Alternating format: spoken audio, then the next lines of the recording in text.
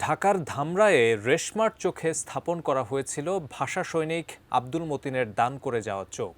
প্রতিস্থাপন করা চোখের কর্নিয়া এখন ভালো নেই।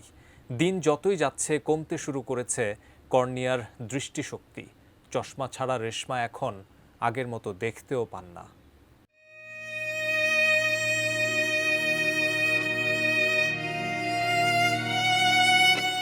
ঢাকার ধামরায়ে রেশমার চোখে স্থাপন করা হয়েছিল ভাষা সৈনিক আব্দুল মতিনের দান করে যাওয়া চোখ। প্রতিস্থাপন করা চোখের কর্নিয়া এখন ভালো নেই। দিন যতই যাচ্ছে কমতে শুরু করছে কর্নিয়ার দৃষ্টিশক্তি। চশমা ছাড়া রেশমা এখন আগের মতো দেখতেও পান না। ভাষা আন্দোলনে মতিনের অবদান ছিল অতুলনীয়। তিনি মুক্তিযুদ্ধেও বড় ভূমিকা রেখেছেন। ছাত্রজীবন থেকেই তিনি আমৃত্যু সংগ্রামে অবিচল থেকে বলে গেছেন শোষণ বৈষম্যহীন সমাজের কথা। চিকিৎসাধীন অবস্থায় 2014 সালের 8ই অক্টোবর মারা যান ভাষা সৈনিক আব্দুল মতিন।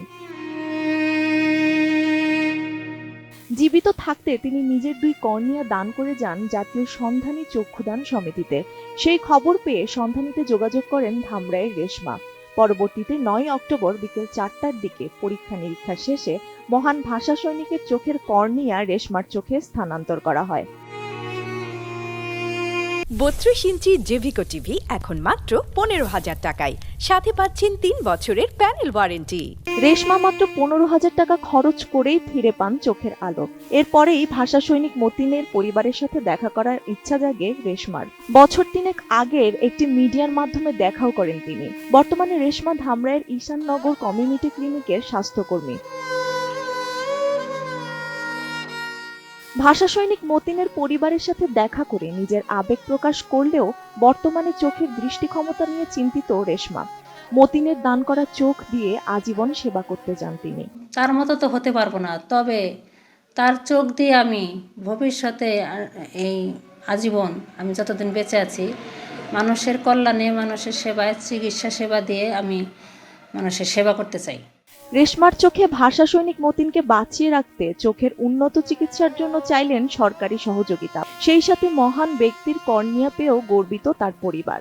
এই ভাষা সৈনিকের কর্নিয়া নিয়ে যে দুনিয়ায় বেঁচে আছে, ভাষা সৈনিক মারা গেছে, ওনার কর্নিয়া দিয়ে যেন আমার মেয়ে ভালো থাকে বা কর্নিয়া ভালো মতো কাজ করে ভালো থাকে, তারই মাধ্যমে যেন ভাষা সৈনিক আব্দুল মতিনও বেঁচে থাকে। ভাষা আন্দোলনে দৃঢ় গেছেন ভাষা রক্ষার জন্য। তার চোখের কর্নিয়া আমার বোনের চোখে, তখন জিনিসটা আমাদের অনেক গৌরব অনুভূত হয়। তা আমি এটাই চাই যে যতদিন আমার আপা বেঁচে আছে তার মাধ্যমে যেন ভাষা সৈনিক আব্দুল মতিন বেঁচে থাকে। কর্নিয়া প্রতিস্থাপনের পর মূলত চশমার পাওয়ার জনিত, কর্নিয়ার সাইজ পরিবর্তন সহ অলস চোখ, এই 3টি কারণে মূলত চোখের দৃষ্টিশক্তি কমে যায়। তবে উন্নত পরীক্ষা করে কারণ নির্ণয় করার পরামর্শ দেন এই চিকিৎসক।